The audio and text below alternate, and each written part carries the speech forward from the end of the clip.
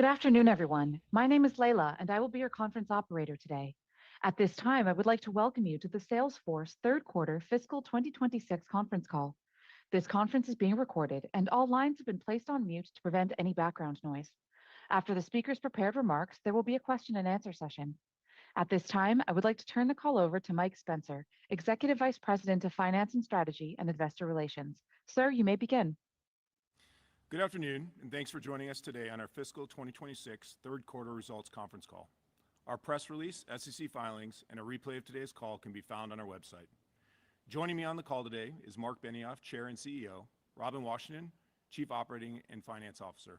We also have Srini Tallapragada, President and Chief Engineering and Customer Success Officer, and Miguel Milano, President and Chief Revenue Officer, joining us for the Q&A portion of the call. Some of our comments today may contain forward-looking statements that are subject to risks, uncertainties, and assumptions, which could change. Should any of these risks materialize, or should our assumptions prove to be incorrect, actual company results or outcomes could differ materially from these forward-looking statements. A description of these risks, uncertainties, and assumptions and other factors that could affect our financial results or outcomes is included in our SEC filings, including our most recent report on Forms 10-K, 10-Q, and any other SEC filings. Except as required by law, we do not undertake any responsibility to update these forward-looking statements. As a reminder, our commentary today will include non-GAAP measures and reconciliations between our GAAP and non-GAAP results, and guidance can be found in our earnings materials and press release. And with that, let me hand the call over to Mark. All right, great job, Mike. And thanks everyone for joining us today.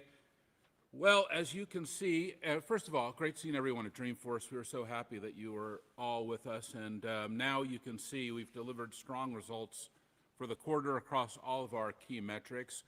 We're continuing to execute on the path to our $60 billion dream that we outlined in detail with you, all of you at Investor Day. And we delivered really strong bookings. Miguel is here. He's going to talk to you about that. And we've delivered incredible results with Agentforce. It's really exceeding our expectations. We're going to hit all the details, but I think that you can see 3.2 trillion tokens delivered for our customers. It's all exceeding our expectations. We're going to get into all of that detail as well. That's the core of our organic innovation. We're making these disciplined strategic acquisitions like Informatica, also now online in the company. We're really excited about the harmonization, integration, federation that Informatica plus Data 360 plus MuleSoft is giving us, and that's going to strengthen our overall leadership in data and, of course, AI. And we're ensuring that we have the distribution capacity, that's extremely important for us because we are a direct seller, in place to support long-term growth, and Miguel has made some fantastic investments over the last 12 months in all of our core segments, and we're going to talk about that as well.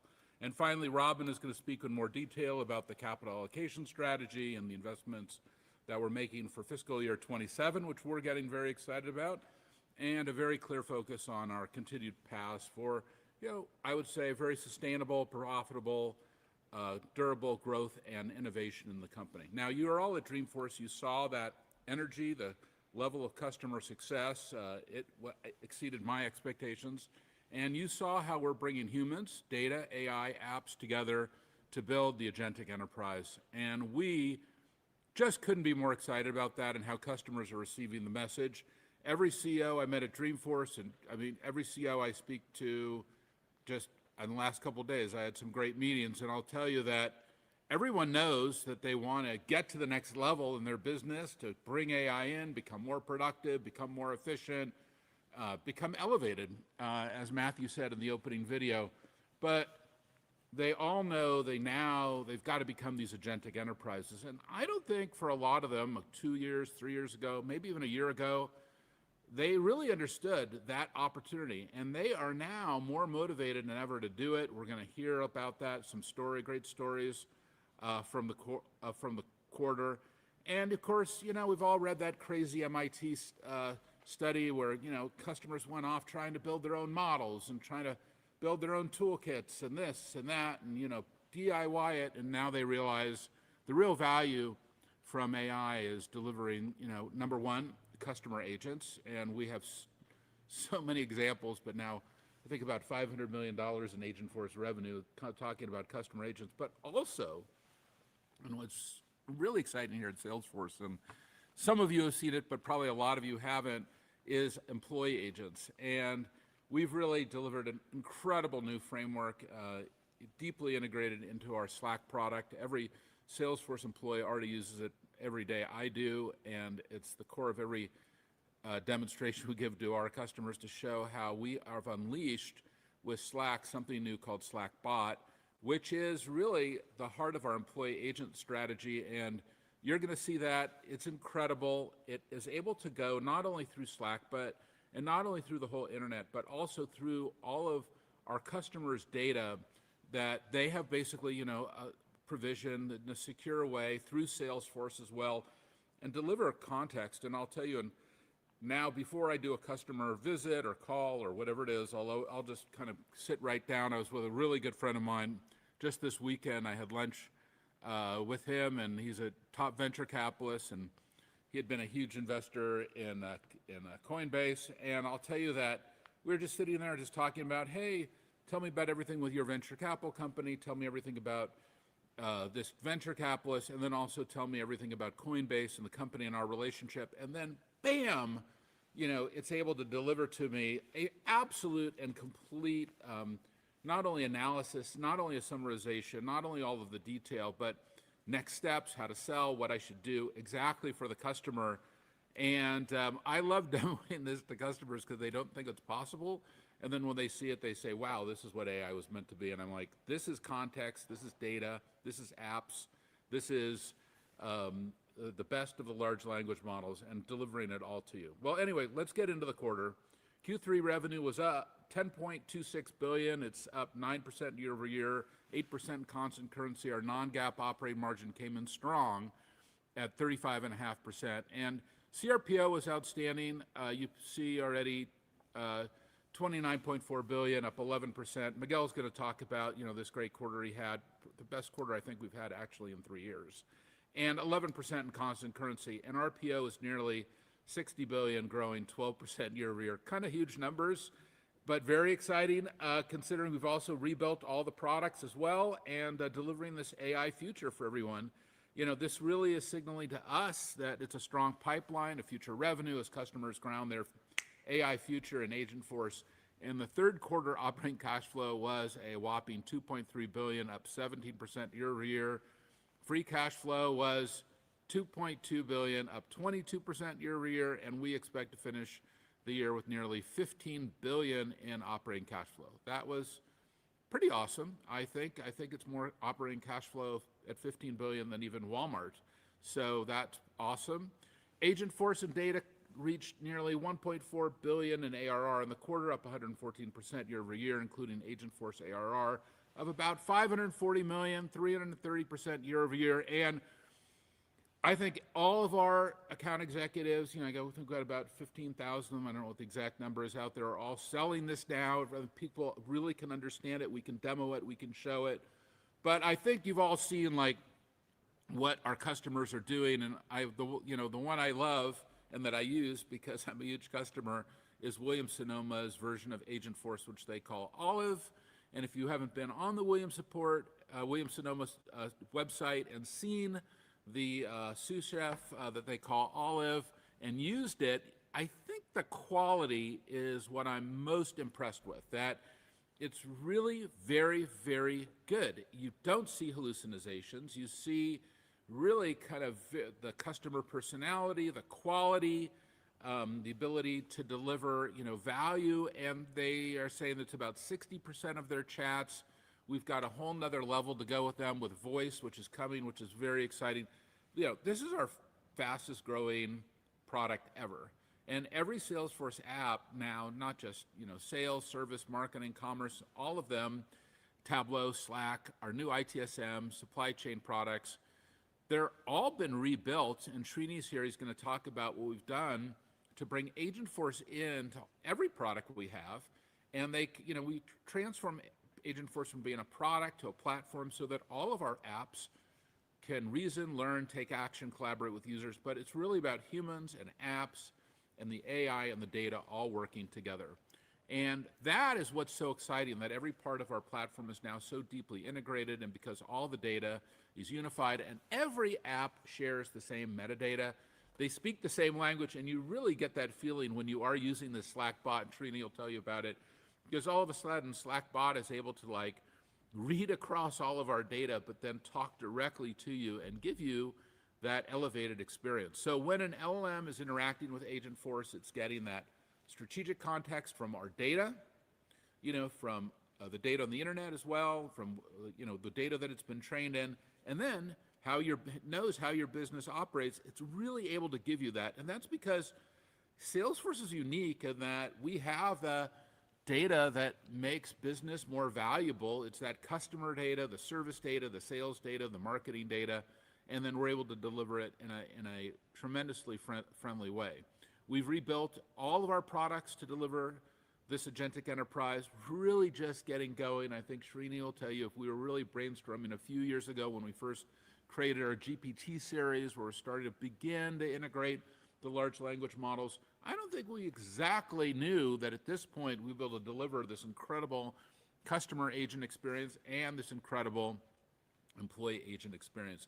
In fact, 6 of our top 10 deals in the quarter are now driven by companies that just want to transform with Agentforce. And that's a big thought, because a year ago, we were basically just starting to ship the product. It was just coming out of beta.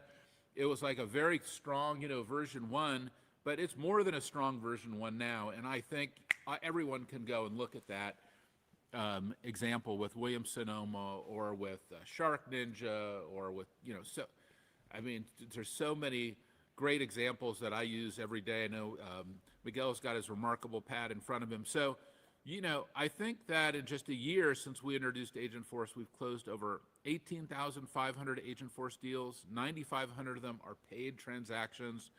It's up 50% quarter over quarter. All of our reps now kind of have the acuity. They've got the nomenclature. They're enabled. That was a huge lift for us to start to bring the whole company into this AI revolution and give them the tools, and now these great customer examples. And it's happening around the world. I just got back from Japan, and I saw it there. I was in the UK. I saw it there. I've seen it obviously throughout the whole United States. It's really a global phenomenon. So Agentforce is now powered. Here's a few interesting things. Agentforce has powered 1.2 billion large language model calls. That's interactions when agents invoke a model to understand context and decide the next best action across the apps. You've seen the omni-channel supervisor like built into the Service Cloud, where all of a sudden, I'm a customer, I'm coming into the website, even like Salesforce, up to help.salesforce.com or any of our customers' websites, and I'm in there and I'm working, and then all of a sudden, I've hit kind of the limit of what the LLM can do. I can escalate immediately, also right to a human, and that's where the humans and the agents and the AI and the data all have to work together. And our top 50 customers, including, and Miguel's got this story in his pocket, but Falabella, Vivint, DirecTV, there's so many great stories.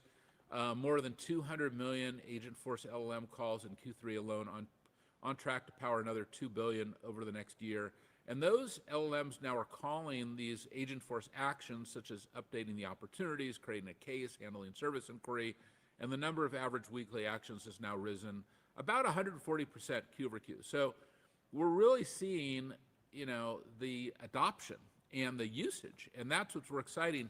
And here's a number we really haven't focused on, I think, in an earnings script, and I don't even think we hit it last time exactly, but Agentforce has processed more than 3.2 trillion tokens. So 3.2 trillion tokens through our LLM gateway so far. And we're going to start talking about that concept. We saw that in OpenAI's recent announcement that we were in their trillion token club. And of course, we use all of the large language models. They're all great. We love all of them. We love all of our children, but they're also all just commodities, and we can have the choice of choosing whatever one we want, whether it's OpenAI or Gemini or Anthropic or there's other open source ones. They're all very good at this point. So we can swap them in and out. The lowest cost one is the best one for us, making us, basically the top user of these foundation models. And that point that we did 3.2 trillion tokens, let Bilbo Baggins know that we've got, adoption and usage happening here with this large language model gateway. That was just a cube out to JRR Token himself, but That's the end of the jokes for the call. In October alone, token usage was nearly 540 billion, up 25% month over month. And I just don't think any other enterprise software company has stats quite like this. This isn't your clippy. This is not your kind of a good AI demo. This is real enterprise adoption of agentic AI and capability at scale globally. And those numbers are going to keep growing as customers put Agentforce to work across their business, but not every task or step in a workflow needs to call the LLM. We call that determinism. And determinism is really important because for those of us who grew up in software, we used to call it if-then statements, but now we call it determinism. But determinism is that, hey, if I need to do this, go to the LLM, but if I probably don't need to go to the LLM, just do that. So that is going to even reduce our costs further and not hit the LLM as much as we do. And that's why we built hybrid reasoning and Agent-Script, and our AI teams are just crushing it on that. And we're giving customers the best of both worlds, combining LLM-driven reasoning and deterministic precision. We had strong performance across Agentforce Service, Agentforce Sales, and Slack. And those three apps are just a powerful combination for just us at Salesforce, because we use those every single day. We live on them. It is really the hat trick for Salesforce with large customers to say, let us show you what we're doing in service. Let us show you what we're doing in sales. Let us show you what we're doing in Slack. And it's a wow experience right now. It's only going to get better. And in fact, if we included the full contribution of Agentforce just in service, we used to call it Service Cloud, now we call it Agentforce Service, but you look at Agentforce Service, we would show an additional point of growth in Q3. Now, Mike likes to carve off the agent thing, revenue, he wants to have it in his own line, blah, blah, blah. It's a huge argument between me and Mike. And, the reality is, look, you're not going to have Agentforce Service or Agentforce Sales without the AI. So, it's just moving. And Slack is now where it's coming all together, and that is this incredible conversational interface for every app, every agent, every workflow. I'm going to get to a really cool point in a second. And when we release this new Slack bot, and you got to see it. So you've all got friends who are Salesforce employees. Take them aside and have them show you Slack bot, and just do whatever query you want and say, hey, I'm talking to this customer, I'm talking to that, tell me this, and you're going to see some incredible things, how it has the ability to search across Salesforce and build agents and create things and do this incredible work on your behalf. Now, I'll tell you, and I'll just tell you that for me, Slackbot is like chatting with just one of our Ohana that knows everything about Salesforce. So it's pretty awesome. But nearly 90% now of all of the Forbes top 50 AI companies are using Salesforce. Let's just think about that for a second. 90% of all the Forbes top 50 AI companies, those are the Anthropics and the OpenAIs and the blah, blah, blah companies. Okay, that is, or Cognition, Cursor, Figure AI, okay. They all average about 4 clouds each already.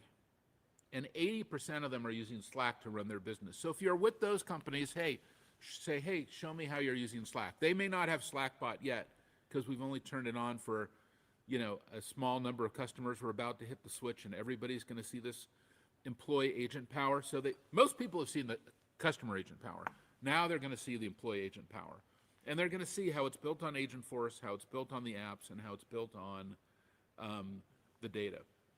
Now, with all these companies, we're really partnering with them so we can really leverage the best of what they're building, the frontier models, the agents, and even Srini's using the coding agents now. And look, you've heard me say this over the last few years, and Miguel's going to come to this point, but we all know the speed of innovation in the last 3 years has far outseated the speed of customer adoption, and customers have been racing to catch up to what we've been doing. But we do see that changing. And we saw that at Dreamforce. And I know all of you saw that also, that customers are really saying, yeah, I'm going to use this now. I'm going to do this. I'm going to put in my customer agents. I'm going to put my employee agents. I'm going to get my omni-channel supervisor. I'm going to harmonize my data. I'm going to federate my data. I'm going to upgrade my apps. And customers in production with Agentforce have jumped now 70% quarter over quarter. So customers in production with Agentforce jumped 70% quarter over quarter. That's the stats that we're looking for. Great companies like Uber, like ConAgra, like LY, like Williams-Sonoma, like all these great companies that we've been talking about. And the consumption flywheel is gaining traction. In the quarter, more than 50% of new Agentforce bookings, as well as 50% of Data 360 bookings came from existing customers expanding their investment, which was awesome and really showed adoption. And we are very focused on adoption more than ever before, especially in Agentforce.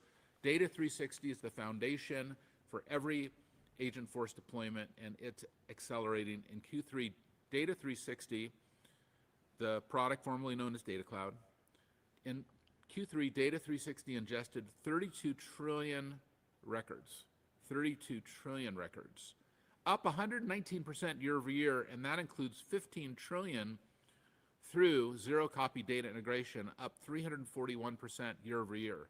So Dentsu, Moody's, KPMG, Ferguson, Zoom, and dozens more invested in Data 360 in the quarter. And I couldn't be more excited about completing our acquisition of Informatica. It's 3 months ahead of schedule, as we like it here at Salesforce. We like things ahead of schedule, and we like them under budget. And I'll tell you, Amit, I know all of you know Amit. His team are great. We're thrilled to have them. And you know, when we were doing the due diligence on the company, we saw a lot of things in the labs that we're looking forward to bring into the market. Because look, that data layer, and I haven't done the math exactly, but I think if you do some of the math, I think it's about a $10 billion business for us next year now.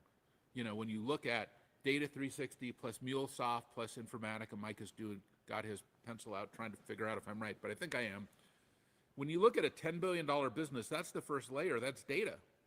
So Informatica with Data 360, MuleSoft, I mean, that is taking everything to this new level.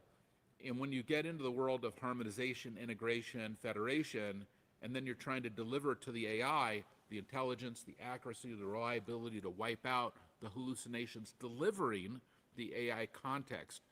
Now, we're seeing momentum across multiple sectors.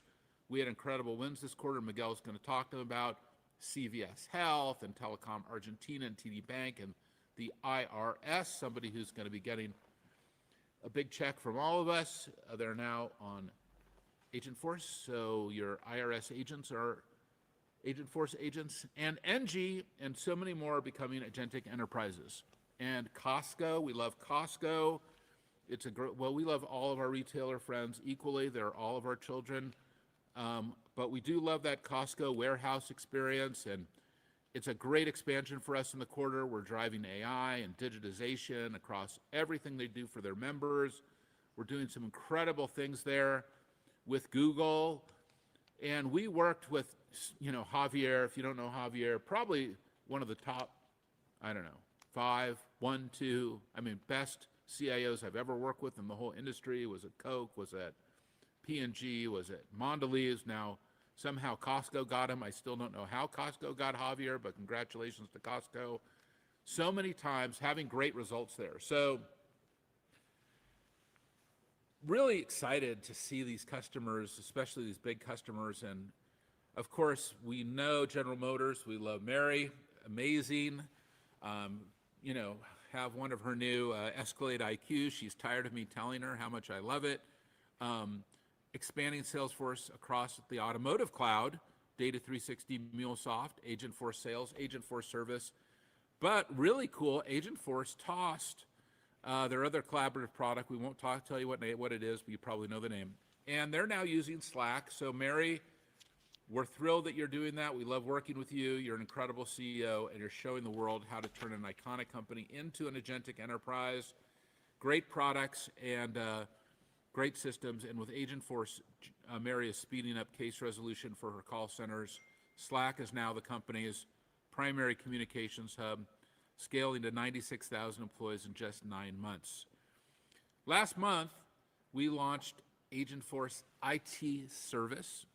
or Agentforce ITSM, or you know that what company that we're targeting. We never really went after this before, and then all of a sudden we realized we have the top service product in the world, and then we've got the top field service product in the world, and customers want this kind of, trinity from us that includes IT service. And for whatever reason, because we had certain people in our company, we won't go into the names, who didn't want to build it, and that building that database that drives it, well, already we're selling product and really doing a phenomenal job there. The former CEO of AI, Sarah Mudu, is running this thing, and PenFed went live with ITSM, with Agents for IT Service, and we've got all kinds of customers who've bought, products from these competitors who never deployed them or don't, like these guys. Well, guess what? We are going to deliver some incredible capabilities, and we think that, well, when you look at PenFed, I think they went live with Agents for IT Service as well as member service and collections. They projecting a 30% reduction in operational expenses and $2 million in savings with this product. It is killer. So tell your friends who need ITSM, they can get it now from Salesforce. And we're seeing incredible momentum also. And here's another competitive situation in Life Sciences Cloud. And with Life Sciences Cloud, with new bookings tripling year over year, always been a strong vertical for us, but we have this partner who decided to become our competitor, Veeva. And, we're taking market share from Veeva. They even had to talk about it in their earnings call that they lost all these deals to us, but they have not seen the losses yet that are coming, highlighted by a notable new win at Haleon this quarter. But just in the past few months, more than 120 industry leaders have selected Life Sciences Cloud. I was talking to the CEO of one of the top 5 life sciences companies just yesterday. He's a good friend of mine, and going with Life Sciences Cloud, all led, by the way, with Pfizer and Albert, who decided to be the first one. And so grateful to him. And it's a great product. It includes 5 of the top 20 pharma companies already, but you're going to see them all use Life Sciences Cloud. And most recently, Novartis is gone, Salesforce Life Sciences Cloud, and I don't know, all Takeda, all of them are going to go. And our public sector solutions ARR also grew 50% year over year in Q3. Really cool products. I was just in Washington, D.C. last week. I already mentioned the IRS. I was with the Treasury Secretary. I was with a number of the Cabinet Secretary. All of them are rebuilding what they're doing, re-automating, and we want to help all of them. And I'm inspired to see some of the largest and most impactful government agencies running their businesses and their critical workflows and their agents and their data on Salesforce, including the Air Force, Army. Dan Driscoll, we're really proud to work with Dan and the Army, and just told me, came in and delivered his recruiting goals 9 months early using Agentforce Sales and Department of Agriculture. Of course, we run the whole Veterans Affairs. We have 120 apps there now, and used to be a huge problem at Veterans Affairs for the whole country, and veterans were not getting the service and support they needed, and we cleaned that up for them. And as I mentioned, also the IRS, but for everyone, we're in there doing our best, and we're delivering at very reasonable cost and on budget, and we're really excited to be working with the government and helping them to become agentic enterprises. And we're really excited to work with the IRS. I just want to say the Office of the Chief Counsel has automated up to 98% of their manual activities, decreasing the time to fully open a tax court case from 10 days to 30 minutes. Another division saving an estimated 500,000 minutes a year, retiring multiple legacy systems. And now Agentforce with IRS is going to be able to further optimize, automate, accelerate business processes across the entire agency. And just want to congratulate Secretary Besson for his tremendous leadership and what he's done in transforming the IRS and also all of the Treasury. This week, we launched the UK's first AI police officer. We work with multiple police departments to roll out Bobby. Everybody loves Bobby. It's the Agentforce service agent that is the public's first point of contact for non-emergency calls, and Bobby autonomously provides instant responses on more than 90 topics and police departments have already seen a 20% reduction in non-emergency demand, and they are just getting started, and this is what real enterprise adoption looks like. No other company is delivering agents at this scale, and when you look at what others in our space are doing, the difference is clear. We're delivering this capability to a global customer base, more than 150,000 Salesforce customers, and 1 million companies are now on Slack, now have the immediate opportunity to work side by side with agents and Agentforce and the apps they're already using every day to become elevated. And that's why we're uniquely positioned for this new era. We have the strategy, the platform, the global scale, and I would say also, our core values, very much trust, customer success, equality, and sustainability remain very much intact. Also want to thank all of our incredible Ohana for everything they've done during the quarter to make this quarter so successful, make Dreamforce so successful, and all the world tours that are happening, and so many great customer stories. But I especially want to thank all of our Ohana who have done 10 million volunteer hours to support the communities where they live and work. We are so grateful to them. And now I'd like to throw it over to Robin. Thank you, Mark, and good afternoon, everyone. It was great to see many of you at my first Dreamforce as COFO, which was unforgettable. The energy was incredible, as Mark just talked about, and carried through the quarter, as you can see from our bookings momentum. We're excited to see our customers' transformation to the agentic enterprise accelerate, driven by Growth 360 playbook, including multi-cloud, pricing and packaging, our balanced portfolio, and continued innovation. I just want to share a few key data points with you. More than 70% of our top 100 wins included 5 or more clouds. In pricing and packaging, new bookings for Agentforce 1 Edition and A4X, or as we call it, Agentforce for Apps, our most premium SKU, doubled quarter over quarter. Our consumption flywheel is spinning. Agentforce accounts in production increased 70% quarter over quarter. And more than 50% of Agentforce bookings came from existing customers refilling the tanks. Agentforce and Data 360 ARR was up 114% year over year. This is inclusive of Agentforce ARR, which is up 330% year over year. Clearly, we have the winning formula here. So let's turn to the results of the quarter. Revenue in the third quarter was $10.26 billion, up 9% year over year in nominal and 8% in constant currency, driven by the trifecta of Agentforce, Data 360, and Agentforce sales and service performance. This was partially offset by a faster than anticipated mix shift to cloud for Tableau and on-prem revenue timing in Tableau and MuleSoft. As we've shared with you before, the on-prem portion of MuleSoft and Tableau revenue is recognized in period, which creates less predictability revenue quarter over quarter.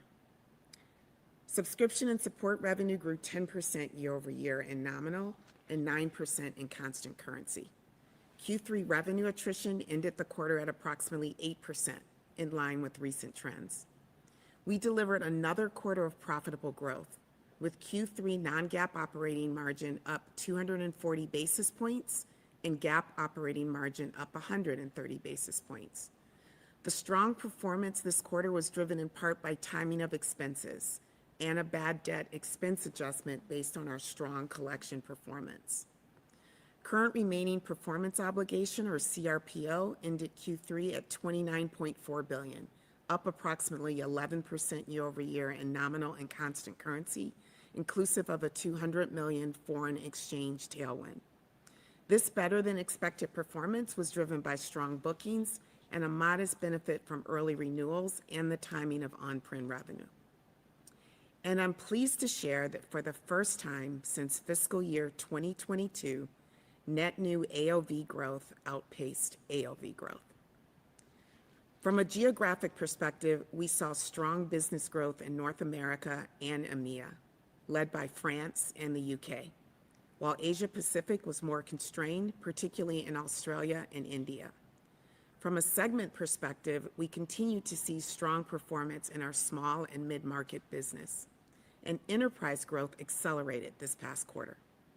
From an industry perspective, business services and consultancy, healthcare and life sciences, and retail and consumer goods performed well, while comms and media and manufacturing, automotive, and energy were more measured.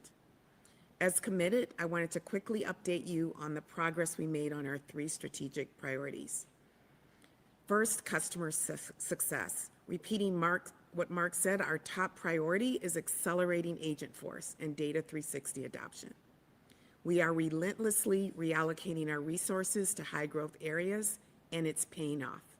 Q3 was one of our biggest pipeline generation quarters ever, and customers leveraging our forward-deployed engineers are seeing 33% faster deployment times. Second, operational excellence. As customer zero, our SDR agent has worked hundreds of thousands of leads, generating tens of millions in incremental pipeline. We see that same velocity with Agentforce on helpsalesforce.com, which passed 2 million conversations this quarter. It took 9 months to reach the first million and just half that time to double it. Another clear example of our internal consumption flywheel taking off. The third area I want to cover is responsible capital allocation. Informatica enhances our trusted data foundation, and it will be accretive within 12 months. We also returned more than $4 billion to shareholders in Q3. We continue to see a meaningful opportunity to invest in ourselves, and we are on track for a 50% step up in share repurchases in the second half of this fiscal year. Turning to guidance, I want to frame our outlook inclusive of Informatica. To help you model this clearly where relevant, I'll give our organic performance, layer in the acquisition impact, and then provide the consolidated figures for Q4 and fiscal year 26. Starting with subscription and support revenue. We are reiterating our fiscal year 26 organic subscription and support growth guidance of approximately 9% year over year in constant currency. This is fueled by continued momentum in Agentforce and Data 360, partially offset by weaknesses in marketing and commerce and the on-prem dynamic for MuleSoft and Tableau. Informatica will contribute approximately 80 basis points of additional growth, resulting in total subscription and support growth of slightly under 10% year over year in constant currency. Turning to total revenue, we are narrowing our fiscal year 26 revenue guidance on an organic basis to $41.15 to $41.25 billion, growth of approximately 9% in nominal and 8% in constant currency.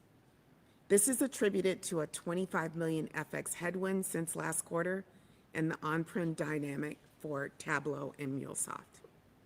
We anticipate a contribution of approximately 80 basis points from Informatica, resulting in fiscal year 26 revenue of $41.45 billion to $41.55 billion, or approximately 9 to 10% in nominal and approximately 9% in constant currency. Before I turn to profitability, I want to highlight that with our current trajectory of net new AOV growth, we project to finish fiscal year 26 with half to net new AOV growth ahead of half to AOV growth. Turning to margin, as a result of the close timing of Informatica, we are maintaining our non-GAAP operating margin guidance at 34.1% and adjusting our GAAP operating margin to 20.3%. We are raising our annual guidance on operating cash flow growth to approximately 13 to 14% growth as a result of our strong Q3 bookings performance. We expect capital expenditures to remain slightly below 2% of revenue, resulting in free cash flow growth of approximately 13 to 14%. Organic CRPO growth for Q4 is expected to be approximately 11% year over year in nominal and 9% year over year in constant currency. As a reminder, we are lapping our acquisition of Own in Q4 FY25, which represents slightly under a point of impact. Inclusive of Informatica, we expect CRPO growth of approximately 15% year-over-year in nominal, including a $500 million FX tailwind, resulting in approximately 13% constant currency growth. Consistent with our Investor Day outlook, we remain on track to re-accelerate revenue in 12 to 18 months. In closing, our momentum is building, fueled by Agentforce. We are executing against our FY30 framework and investing with discipline, positioning us incredibly well for the future. Finally, a big thank you to all our employees for their dedication and hard work delivering a successful Q3. I'll turn it back to you, Mike. Thanks, Robin. And with that, we're going to move to the Q&A portion of our call. Operator, can we please move to the first question? We will now begin Q&A. For today's session, we will be utilizing the raise hand feature. If you'd like to ask a question, simply click on the raise hand button at the bottom of your screen. Once you've been called on, please unmute yourself and begin to ask your question. Please limit to one question. Thank you. We will now pause a moment to assemble the queue. Your first question will come from Keith Weiss with Morgan Stanley. Please unmute and ask your question. Excellent. Thank you guys for taking the question, and congratulations on a really solid quarter. And also great to see you guys putting your money where your mouth is and the accelerated share buybacks, expressing your conviction in sort of the value of Salesforce's stock where it is.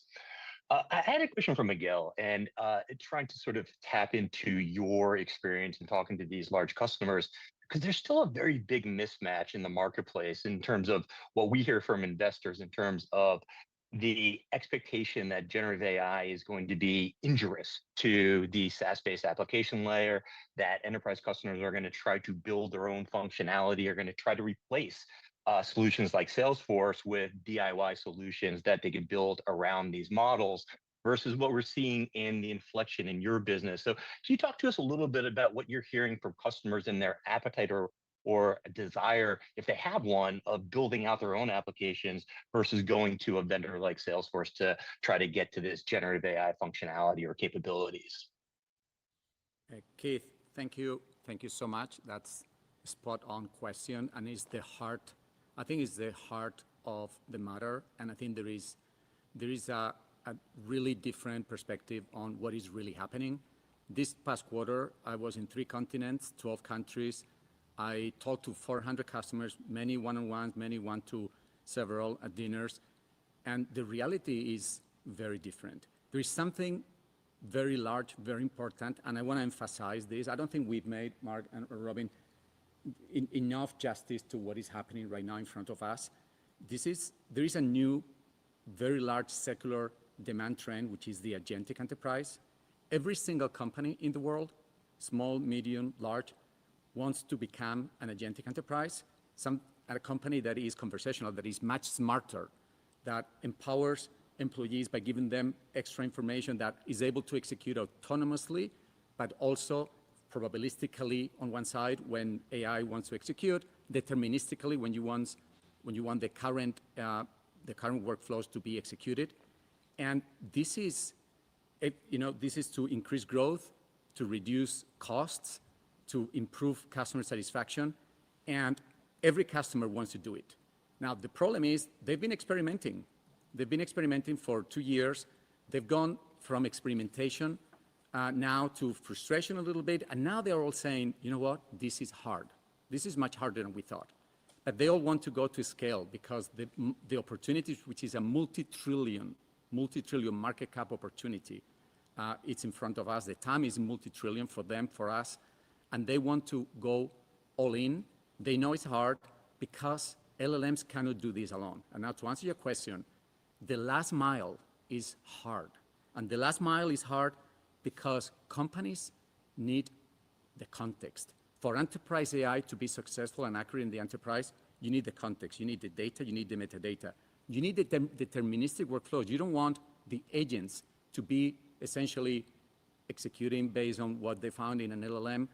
You want the agents to execute in a deterministic way the same workflows that that company had already codified in the apps for the years that humans are already using. And they need AI that is embedded where the humans are. That's why it's so important to have the data with the context, to have the apps, the deterministic workflows, to have the AI where the humans are, and only Salesforce can do that. And we are seeing an incredible increase in demand ahead of us. We are winning. You're seeing the bookings. I'm very proud of the quarter that we delivered. I'm very thankful to my team, the whole employee base of Salesforce. I'm also very thankful to our customers, and I'm very thankful to our partners. Mark, you want to add anything to that? No, I think that was great. Thanks, Miguel. Well done. Thanks, Keith. Operator, we'll move to the next question, please. Your next question will come from Raimo Lenschow with Barclays. Hey, Miguel, can I stay on that subject a little bit? You've been expanding the sales, your sales reps quite a bit, and that's still part of the plan. How do you think about the ramping of those, and how do you also think about productivity for those extra reps coming on? Thank you. I have to credit Mark for that. We had a seminal moment a year ago where we, particularly Mark, he saw the demand coming, and he told us, let's invest in capacity. Let's also invest in enablement. So I became 6 months ago also the enablement leader for the company. And we have now today 20% more capacity in place. We're going to finish the year with 15% more capacity enabled already. We call it ramped. This is fundamental. It takes 6 to 12 months on average to ramp AEs. We've done all the hard work exactly at the moment that the demand is coming at us.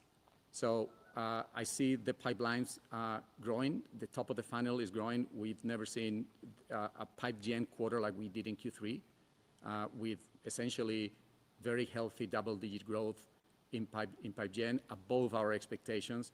Next year, open pipeline is again double-digit healthy growth on open pipeline. That matching the double-digit healthy growth on enabled capacity. It is very exciting. We are ready to capture the opportunity.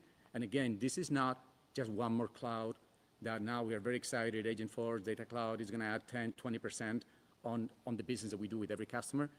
The agentic enterprise is a new paradigm. Customers will use Salesforce in a totally different way. They will use Salesforce to be the platform for digital labor, for sales, for service, for marketing. And the impact on the way we can monetize those relationships is exponential. It's not linear growth, it's exponential. Robin alluded to that at Investors Day. You were talking about 3 times, 4 times the ability to multiply the monetization on customers because, by the way, they're getting 3 or 4 times or 10 times more value from our products. I'm already seeing a lot of examples of companies that had a great relationship with us, had a multi-cloud relationship with us, sales, service, all our core clouds. They were very excited. And then Agentforce and Data Cloud came. They decided to become an agentic enterprise. They understood the last mile problem. They bet on Salesforce. And now the bookings that we do with them, the AOV, had double, triple, in some cases multiplied by 4 and 5. And we are just getting started. We just want to get every single one of our 150,000, 200,000 customers through the agentic enterprise journey. And for each of them, there is going to be a multiplier effect. Thanks, Raimo. Operator, we'll move to the next question, please. Your next question will come from Brad Zelnick with Deutsche Bank. Great, thanks so much, and my congrats on an amazing quarter. Mark, at this point, even without Informatica, and now more so with it, you have one of the largest infrastructure businesses in all of software, well over 10 billion in scale. What's Salesforce's competitive advantage in infrastructure? And how do you not only get credit for it in its own right, but leverage these core capabilities to drive the overall company's success? Really appreciate the question, Brad. I think number one, just want to make sure everybody realizes we're not building data centers at Salesforce. We're preserving our gross margins and our cash flow. But we will use the data centers that are being built, and we will take advantage of the lower costs that we're seeing in the market from the incredible build out of data centers. But yes, you're right. Our data infrastructure is incredible. We call it our data foundation.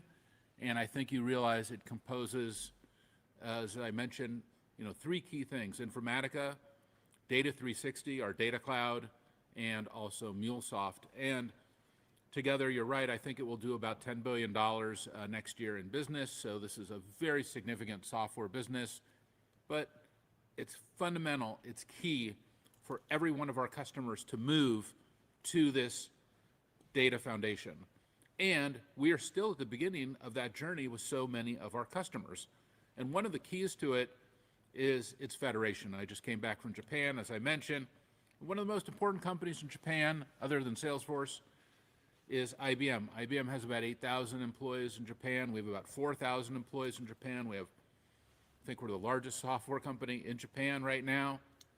And the ability to federate Data 360 to the IBM mainframe, which is technology that we just introduced in Tokyo 2 weeks ago at our world tour, that idea that you're running Agentforce, but it is being fueled by not only the data in Data 360, but simultaneous the data in your IBM mainframe. So that infrastructure is critical to delivering the AI that is accurate, that is reliable, that is low in hallucinogens. And this is fantastic for the company, and it is not something that is totally independent. It's deeply integrated with everything that we do. So all of our apps, Agentforce, our customer agents, our employee agents, everything is built on this fundamental foundation. I couldn't be more excited about it. Thanks, Brad. Operator, we'll move to the next question, please. Your next question will come from Brent Thill with Jefferies. Great. Mark, the halo effect Agentforce is having, I mean, it seems that sales and service were stable at high single-digit growth, Slack accelerated growth. Can you just speak to what you think this is doing for your other clouds and maybe even drill in on the Slack resurgence? Well, you're right on it, Brent. I think that it's an accelerator on the core. And I think that where, to address the question that went to Miguel, where there was a false narrative that somehow the core is in jeopardy because of, these large language models. And while the large language models are very important and they will expand in functionality, I'm sure, over time, the reality is that our ability to take our core applications, extend them, and deliver another level of value beyond what we were doing before. Now, we had already been doing predictive AI and, all the kind of Einstein, AI. But now with Agentforce, it's another level, and you could see it really at Dreamforce when we're demoing, Agentforce service with the omnichannel supervisor and the ability for the agent and the humans to interact autonomously. That was just awesome because it's humans and agents and the apps and the data. And that, I think, is what is really driving this forward, and it's happening in sales, it's happening in service, it's happening in Slack, and I'm confident it's going to happen in marketing, it's going to happen in commerce, it's going to happen across every Tableau, across every single product. Every single product had to be rebuilt, so that took some time. Love for Srini to come in and kind of talk about that. But now as we deliver those Agentforce products, and you saw each and every one of them at Dreamforce, how far they are, customers are excited to get to that next level. Srini? Again, just to connect those two questions, if you really look at agents need context, really, and they need tools. And what is context? To get context, you need data across the enterprise, some in the company, which is in the platform, some you want to federate it, which is what we call data copy, and some through ingest, which is why Informatica is. You need to understand where all the data is in the company. You need a catalog, you need a master metadata, you need to organize all this data, and you need tools. This is what is enterprise context. Without having the enterprise context, it's very, very hard. And that's what our data foundation gives with Informatica, MuleSoft, and Data 360. On top of that, And Srini, really drill into that because people still don't understand. so just so you know, just on the ingest, for example, in quarter-over-quarter on Data 360, people have built their legs. Just in Data Cloud, our ingest has increased by 38%. At zero copy has increased by 52% growth in terms of records. But there's also unstructured data. So it's just not the structured data. It's all your documents, all your knowledge articles, all your user manuals. That has increased by 109% growth. And then this is how you create this unified profile or unified product ID, unified customer master, unified account master. That's what is the unified context you want in a real-time profile. That's very hard to do. But just if you have this context is not enough. You need the deterministic place for reasoning, where deterministic, where non-deterministic. Then you need the tools. The agents have to take actions. Some of the actions are in Salesforce already, the jobs to be done over 25 years. Per each vertical, we have really deep understanding of not just a sales rep does.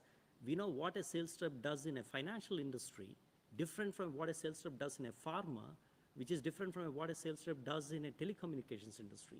So that's the jobs to be done. Now imagine, you need the context, you need the jobs to be done, you need the tools, and sometimes you have back-end systems where you need those APIs. That's why MuleSoft is very important. Now, if you just think these three are enough, it's not enough, because once you go live, you need an eval. You need to know how the agents are performing. You need auditing, you need compliance, you need local data residency tools. This is what we are finding. Enterprises who did do it yourself are realizing that it's good news actually for me. When I talk to CIOs, I see two types. People who are really advanced, who are visionaries, who started 2 years back with do it yourself, they really understand the pain point. They are the ones who are moving fast to the platform. And then there are some people who still think they can do it, and we'll convert them over years. So I see people who know what it takes, and so they know the day 2, day 3 problems, and some people who still think. So to do this, it was not easy, correct? You had to build a platform. So 4 years back, we started with a Hyperforce layer. Then we created a data layer. We had to pull a data lake, a lake warehouse. That's what Data 360 was. We rebuilt the entire infrastructure on the platform, on the hyperscalers. We had to rewrite our entire metadata layer to do not thousands of records, but millions of objects. Then we had to rewrite all our applications, our core sales. It's no longer a sales cloud, it's Agentforce sales. So because when I talk to Miguel, he doesn't just want a sales, he wants to transform his function into agentic sales function.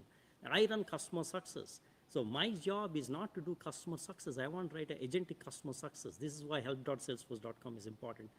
That's what you're saying. So imagine each of these applications are changing, but this framework is allowing another thing. When we started doing ITSM, normally it would have taken a long time, but because we had the foundation of the data layer, the Agentforce layer, the metadata layer, suddenly building an agentic ITSM became very easy, and that's what we are trying to see, the leverage. Same with Life Sciences Cloud. So we're not trying to build the regular way, but this took time. And now that we have this customer success you're seeing, this is what is going to make it a differentiator, and that's our promise to our customers. One more side thing is our customers 2 years back, they would ask me, what model are you supporting? Where is it? What hyperscaler you run? They don't ask me any of those things now because we abstract all that complexity for them. That's the original promise of Salesforce when we said no software.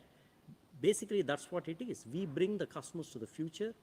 We want to help our customers go to the agentic enterprise, and that's what we are doing.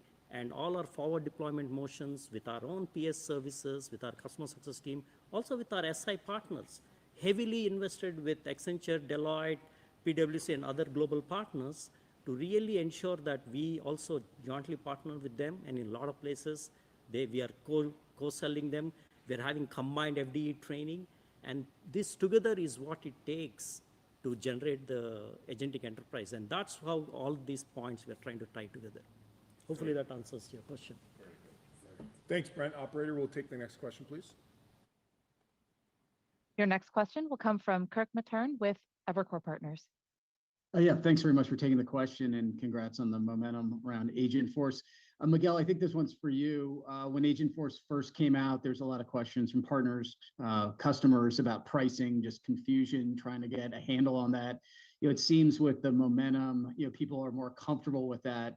And sort of the second part of the question is there's still a lot of concern among investors about, as Agentforce helps customers, maybe keep headcount stable or even, lower headcount in certain areas, how does Salesforce monetize in that kind of situation? And I was wondering if you could just touch upon that a little bit, because I think that'd be helpful to people to understand how AOV grows even in, say, a stable or declining headcount situation. Thanks.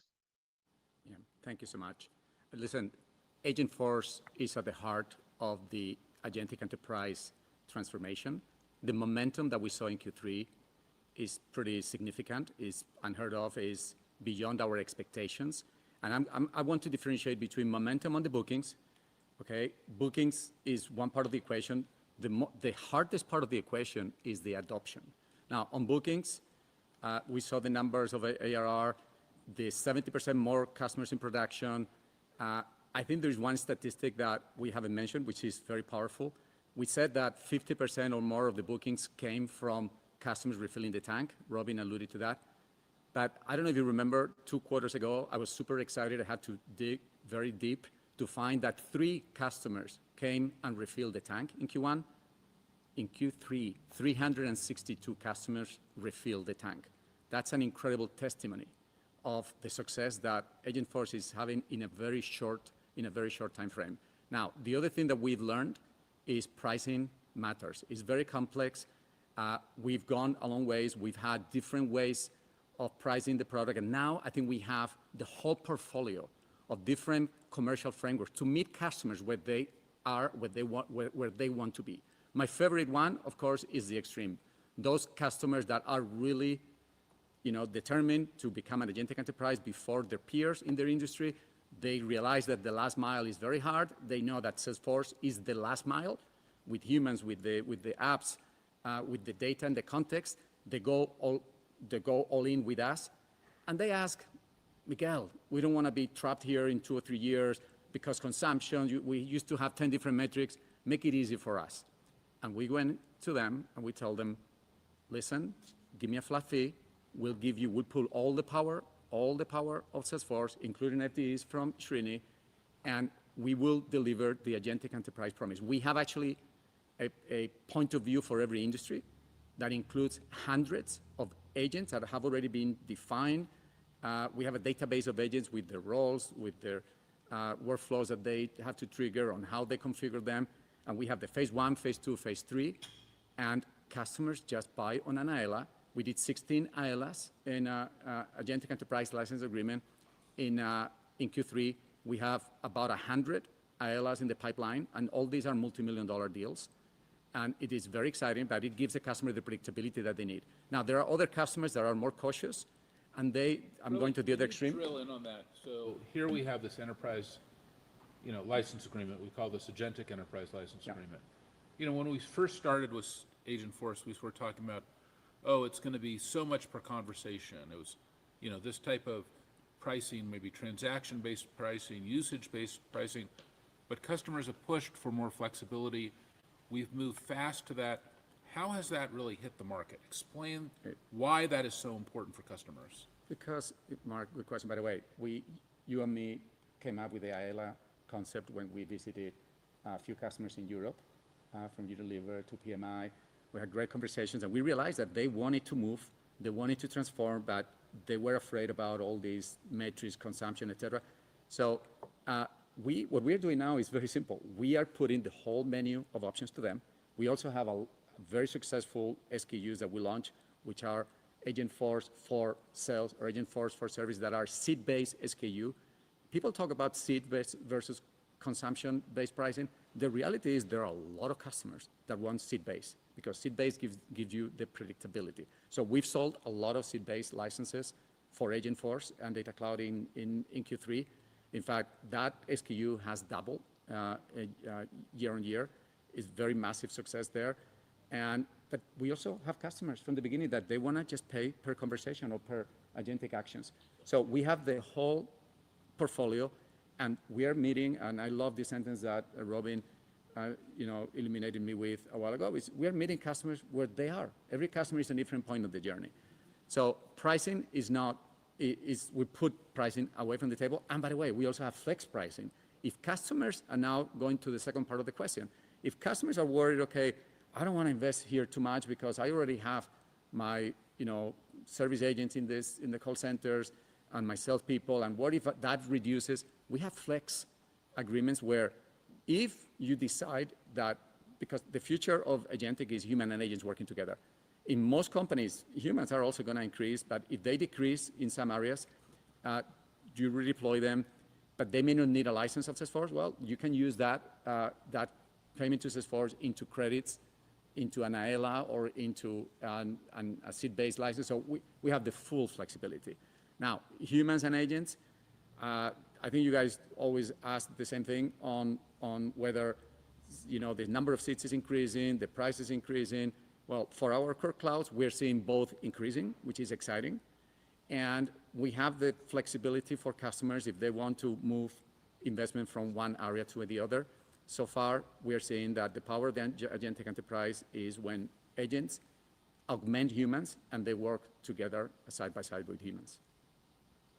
Great, thanks, Kirk. Operator, we'll take our last question, please. Your last question will come from Brad Sills with Bank of America. Oh, wonderful. Thank you so much.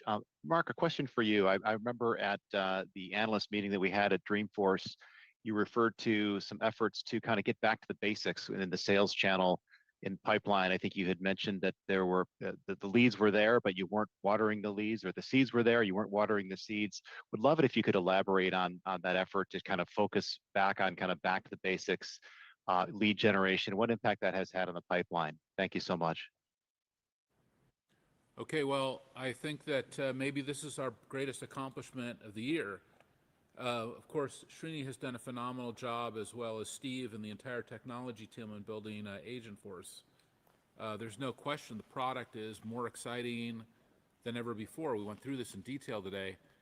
But I think that probably the most exciting thing that we have done this year, from my perspective, is not only have we delivered this incredible piece of technology, but we've radically enhanced the capacity of the distribution organization at a level that we have not done in years. This is very important, not for this year, but for the subsequent years. And this investment that we made this year in capacity is going to pay off across all 6 segments. I just want you to remember, Salesforce sells to companies 0 to 200 employees, 200 to 1,000, 1,000 to 5,000, 5,000 above, the US government, and across our ecosystem, or the software industry. And to really address all 6 segments, it's critical for us to have the capacity to do that. Miguel, what is your total capacity increase for the year so far? As of today, 23%. About 23% capacity increase. And then we do 4 critical things. Not only have we delivered more capacity, we have, as Miguel said, trained them, enabled them.